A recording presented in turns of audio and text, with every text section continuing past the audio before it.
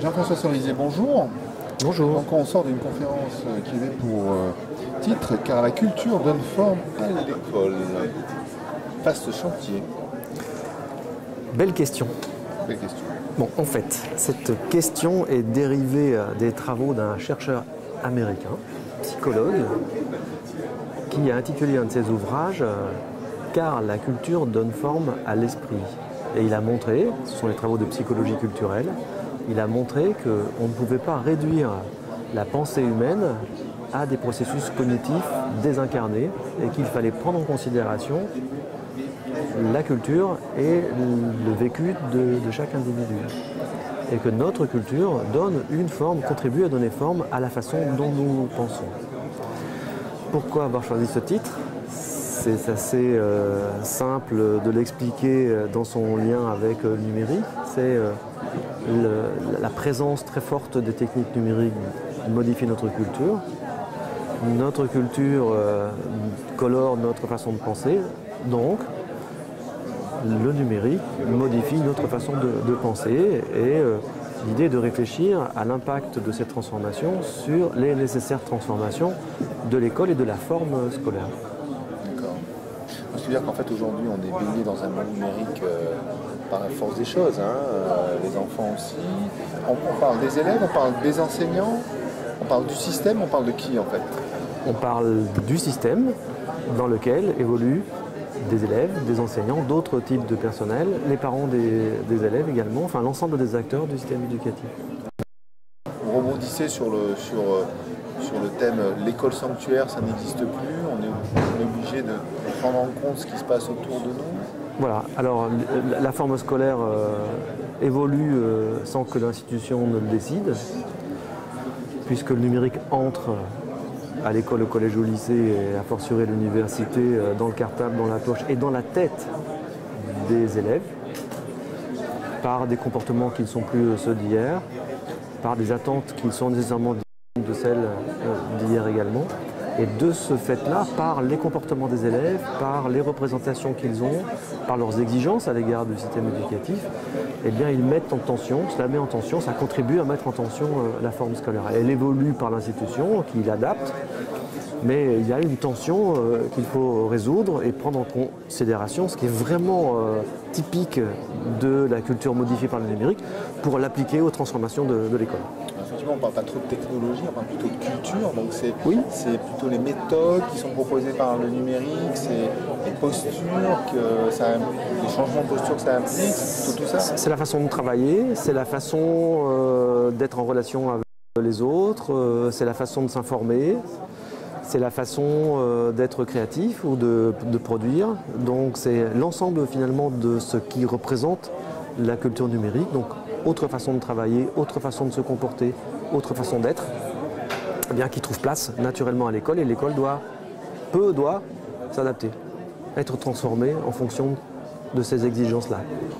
Y compris la hiérarchie, on parle de l'horizontalité souvent dans le numérique, est-ce que ça a un impact? Bien sûr, l'organisation, la structuration du système, ces circuits de décision. Je vais prendre un exemple. Il faut permettre aux enseignants de prendre plus facilement, il me semble souhaitable que les enseignants puissent plus facilement prendre des initiatives pédagogiques, quand bien même elles ne correspondent pas au cadre qui est celui d'aujourd'hui. Pourquoi ? Parce que personne ne sait aujourd'hui très exactement quelles sont les pratiques pédagogiques optimales avec le numérique. Elles sont à construire. Comme elles sont à construire, il faut laisser un espace pour qu'elles puissent se construire par les enseignants, en collaboration avec d'autres enseignants, avec les corps d'inspection, les personnels de direction, avec les parents, avec les élèves, et aussi avec les chercheurs, bien évidemment, et les entreprises. Donc il faut libérer ces espaces d'initiative. Ça veut dire, par rapport à la question de l'institution, de l'organisation hiérarchique, qu'il faut limiter les contrôles a priori, affaiblir un peu les normes sociales qui imposent des contrôles a priori, pour être plutôt dans la construction un peu plus libre, un peu plus ouverte, avec non pas du contrôle a posteriori, mais de l'évaluation continue des pratiques pédagogiques, de sorte qu'elles puissent être améliorées, et de sorte que les bonnes, ce sont celles qui sont efficaces au regard des objectifs que nous avons pour notre système et nos élèves, puissent advenir. on en est à une réflexion sur ce qu'il faudrait, ou est-ce que on a fait des constats, donc vous avez fait des constats sur le système éducatif évolue par la force des choses, voilà. Ou est-ce que c'est plutôt le monde a changé, on sent qu'il y a des tensions et donc il faudrait que le système évolue? On est au début de la recherche ou... Bon, là mon propos était très situé puisque ma conférence s'appuyait sur une étude de 3 ans longitudinale dans un lycée. Je n'ai pas dit lequel, peu importe, parce que c'est un lycée singulier comme n'importe quel lycée est singulier, avec des pratiques aussi ordinaires qu'on peut trouver dans n'importe quel établissement. 3 ans pour observer à la fois ce qui se déroule dans cet établissement, ce qui se joue dans cet établissement, et en 3 ans, quelles sont les évolutions dans cet établissement-là. Et ce qu'on observe, c'est à la fois beaucoup d'initiatives. Initiative, ce qui signifie finalement qu'un enseignant, un groupe d'enseignants a décidé et organisé et mis en œuvre une pratique pédagogique ou un dispositif pédagogique qui recourt au numérique. Ce n'est pas nécessairement une invention, au sens où peut-être que d'autres l'ont déjà fait, c'est pas nécessairement une innovation, au sens peut-être qu'on en restera là et que cette pratique-là ne sera pas diffusée. En tout cas, beaucoup d'initiatives. Ce qu'on observe, c'est qu'elles sont relativement peu coordonnées. C'est-à-dire qu'elles restent, il manque un peu une gestion du changement, un accompagnement du changement, un accompagnement de cette dynamique de changement-là, c'est du pilotage. Hein. Donc il y a une forte dimension de pilotage qui est possible, qui est difficile, qui est possible dans le système tel qu'il est, mais qui n'est pas nécessairement à l'œuvre. Peut-être parce qu'on ne considère pas suffisamment l'importance des questions d'ordre technique et culturel avec le numérique, mais c'est tout à fait possible de le faire. Et puis parce qu'il y a un certain nombre de difficultés qu'il nous faut dépasser. Je peux en citer, quelques-unes que nous avons observées très concrètement, qui ne relèvent pas de la recherche extrêmement conceptuelle, théorique et approfondie, mais qui relèvent de ce qu'on peut noter quand on observe pendant 3 ans avec des bons moyens d'observation, des bonnes méthodes d'observation, des entretiens d'excellence d'observation, du traçage de l'activité numérique de chacun. Ce qu'on peut mettre en évidence en quelques points assez caricaturaux, mais caractéristiques surtout, c'est il n'y a plus de problème d'équipement individuel. Les élèves sont équipés de leur smartphone au moins, et peut-être parfois de tablettes et d'ordinateurs portables. Donc il n'est plus d'actualité d'imaginer des politiques d'équipement individuel des élèves massifs par les collectivités. En revanche, il y a un très gros problème qui est celui de la connectivité. Il n'y a pas d'activité numérique dans les établissements sans connectivité suffisante, qu'il s'agisse de l'activité individuelle non scolaire de l'élève, mais surtout de l'activité bien sûr d'apprentissage organisée prescrite par les enseignants. On parle de permission et de débit. Hein, on parle des deux. On parle, mais la permission est facile à donner. Le cadre n'est pas toujours facile à trouver, mais la permission sur le principe est facile à donner. En revanche, l'infrastructure n'est pas toujours présente ou n'est pas souvent présente, et les débits nécessaires sont importants.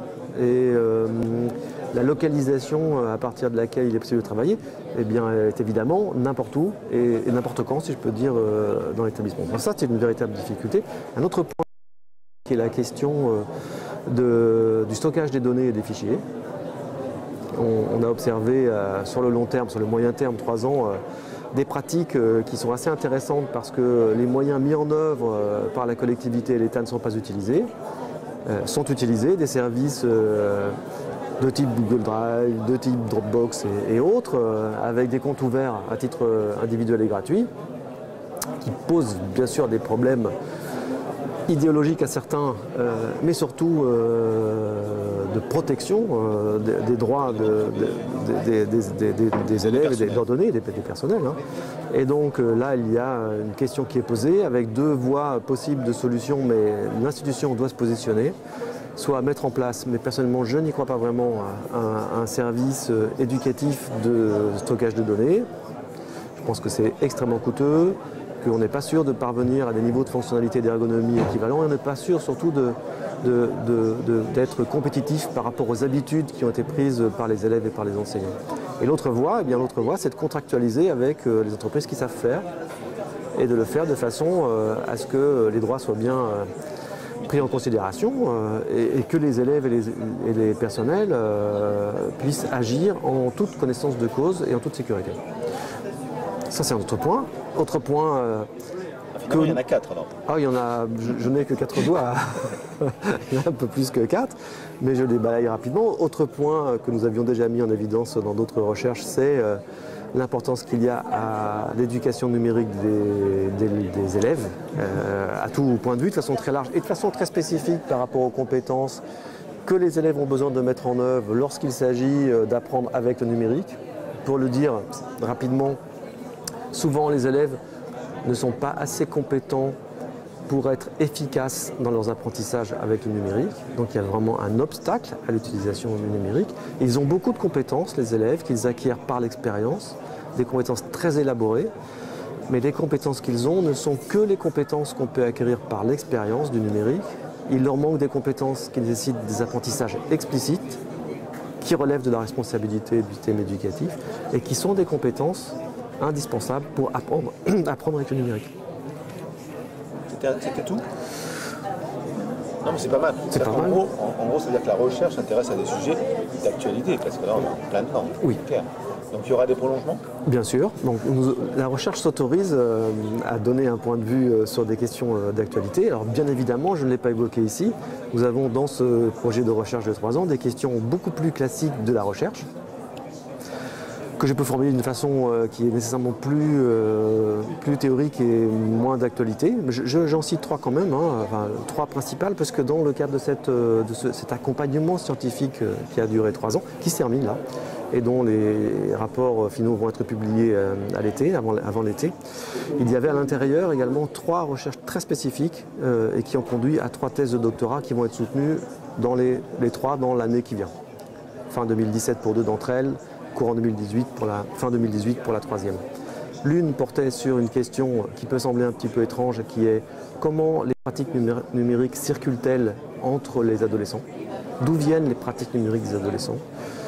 Et donc de comprendre les raisons, de modéliser finalement la circulation de ces pratiques et d'essayer d'en déterminer les variables significatives. Est-ce qu'il s'agit de variables sociales, affinitaires, d'âge, de classe au sens des lycées, des classes scolaires, ou bien de compétences. Et un des objectifs, au-delà de cette connaissance scientifique, c'est de pouvoir dénouer un cercle qui nous semble être un cercle vicieux et qui conduit les adolescents à élaborer des pratiques du numérique qui ne sont pas très exigeantes et qui ne tirent pas vraiment toujours parti du potentiel de ces technologies-là, pour les enrichir. Comment pourrait-on faire pour les enrichir? Ça, c'est un des 3 projets. Un deuxième portait sur comment est-ce que la relation intime que les élèves ont avec le numérique modifie leurs attentes par rapport à l'école. Je l'ai déjà évoqué tout à l'heure.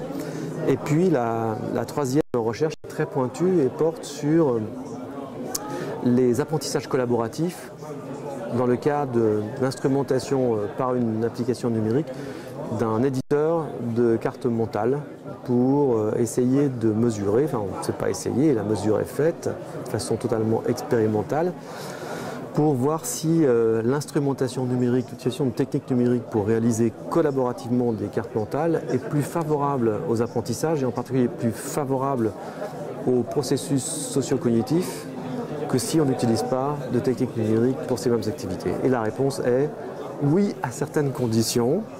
Et une des conditions, il y en a plusieurs, mais une des conditions, c'est la seule que je vais donner là, est que les élèves soient suffisamment compétents dans l'usage du numérique pour pouvoir véritablement s'engager dans la tâche collaborative de réalisation de la carte mentale. Et la boucle est bouclée. Et la boucle est bouclée. Merci. Je t'en prie.